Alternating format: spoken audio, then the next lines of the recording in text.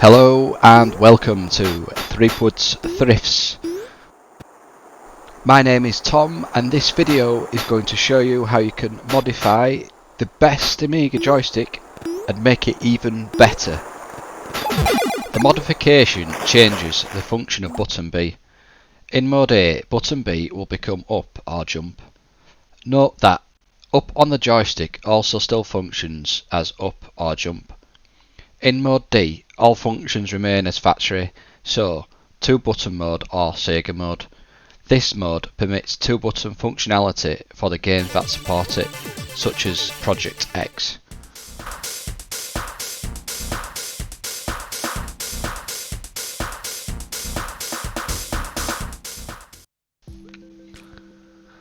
The QuickShot Maverick 138F 2-button Amiga joystick with micro switches.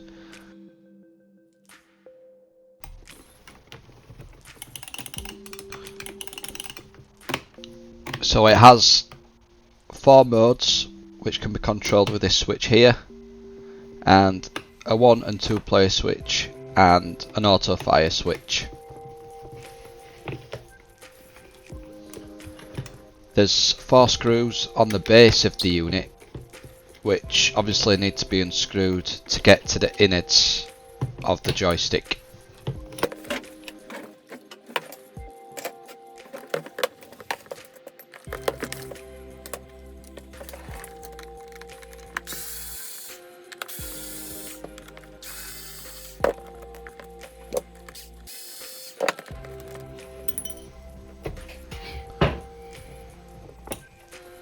Once inside the joystick, there's 2 boards, and as you can see on the base of the unit there's still some grease left on, which is where the joystick actually sits.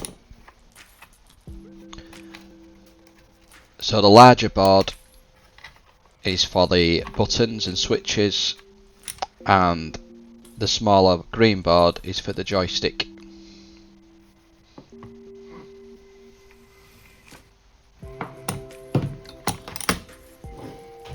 So to work on the joystick I use 2 smallish glasses from the kitchen without the wife knowing, and I put some blue tack on the sides to hold the joystick in place.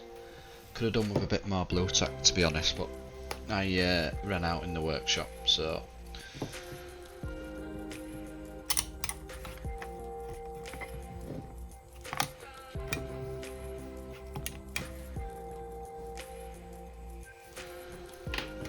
on the button board there's 2 screws that need to come out.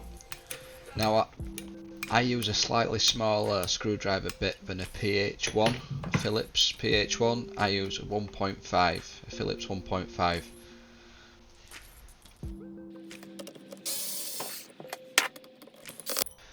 Now on the joystick board there's 4 screws. Just be careful when taking these out. Apply a bit of pressure on the board because there's a spring underneath it.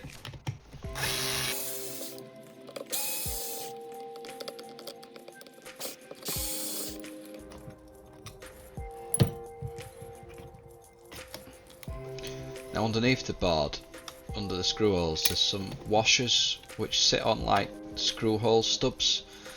Now 2 of them have like a little recessed smaller stub where the washers sit, but the other two don't, which is quite difficult to put them back on without them falling off.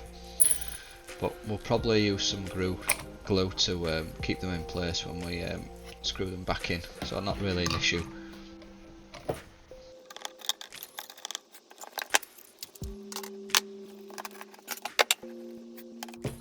Just a couple of things to take note of on the board before we move on. Check out these micro switches, aren't they great? And this ribbon cable between the two boards is very brittle. I've had to replace that on a couple of joysticks, so just be careful with that to save yourself some time potentially. This is the section of the board that we need to manipulate to get the mod to work. 18 traces, 9 from each joystick port, terminate within this 27 pin header. From left to right, the header runs in sets of 3, so 3 pins for pin 8, then 3 for 1, 2, 3, 4, 5, 6, 9 and 7. So the first black trace is the ground pin from port 1, the next is the ground pin from the joystick, and the next is the ground pin for joystick port 2, and so on for the remaining pins. The mod is actually very simple. All that needs to be done is solder a new wire to the 2 pins shown by the white line, and cut the wire on the reverse of the board indicated by the dotted orange line.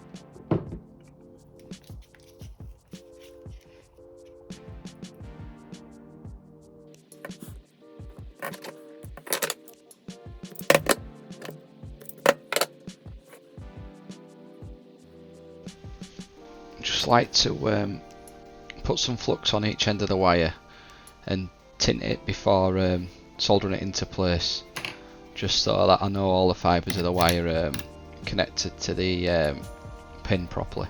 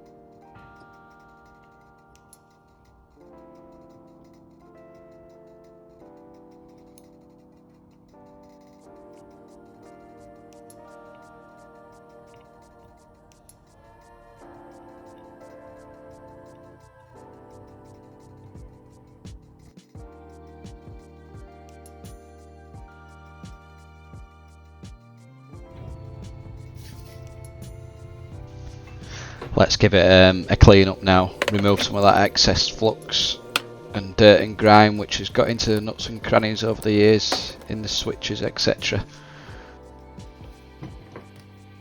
There's another screw here which is holding the player switch into position, so just need to remove this really just to give that switch a bit of a clean.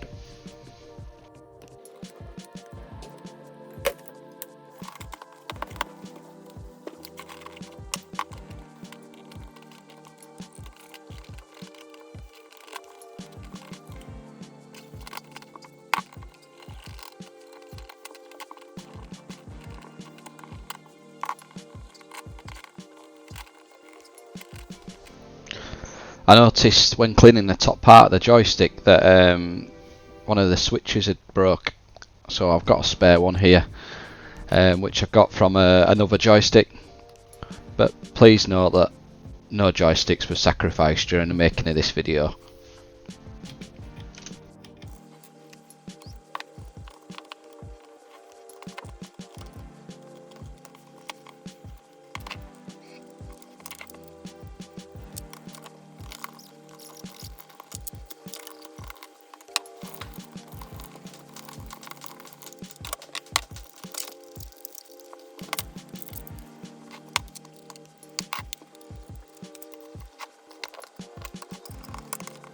Now, to put the boards back in place, the larger button board is easier to put back, but the joystick board, because of that spring, it's quite fiddly to put back.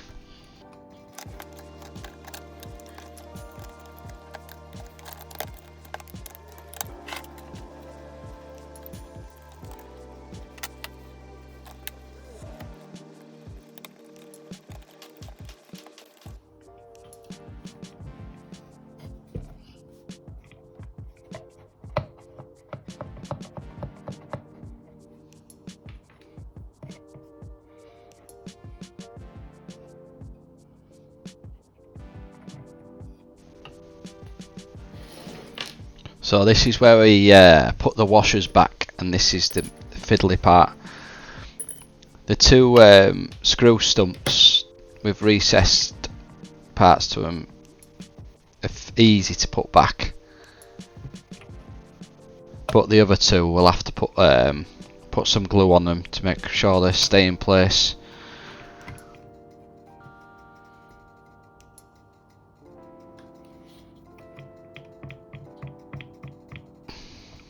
A bit of prick stick should do the trick.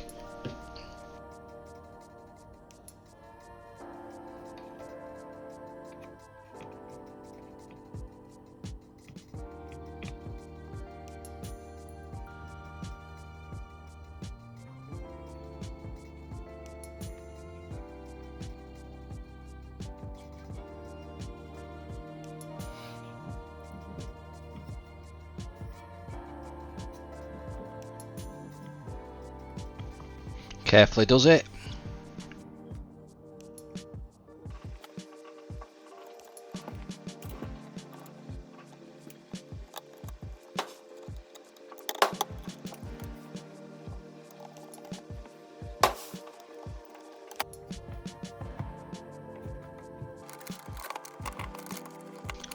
Now just to put the lid back on.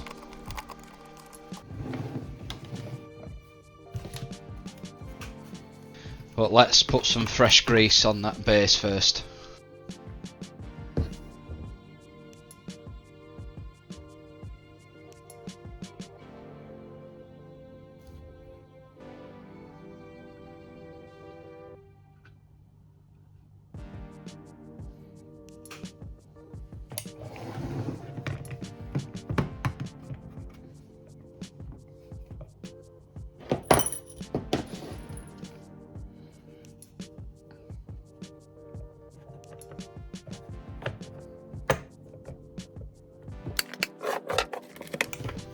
Just give it a quick test, make sure that stick clicks back into position and all the buttons move correctly, and then we can screw it back together.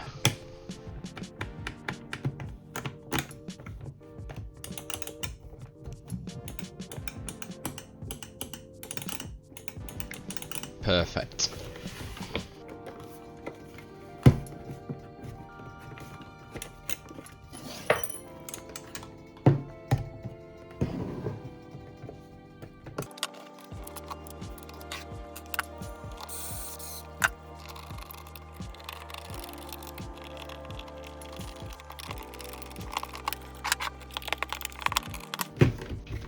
Thanks for watching.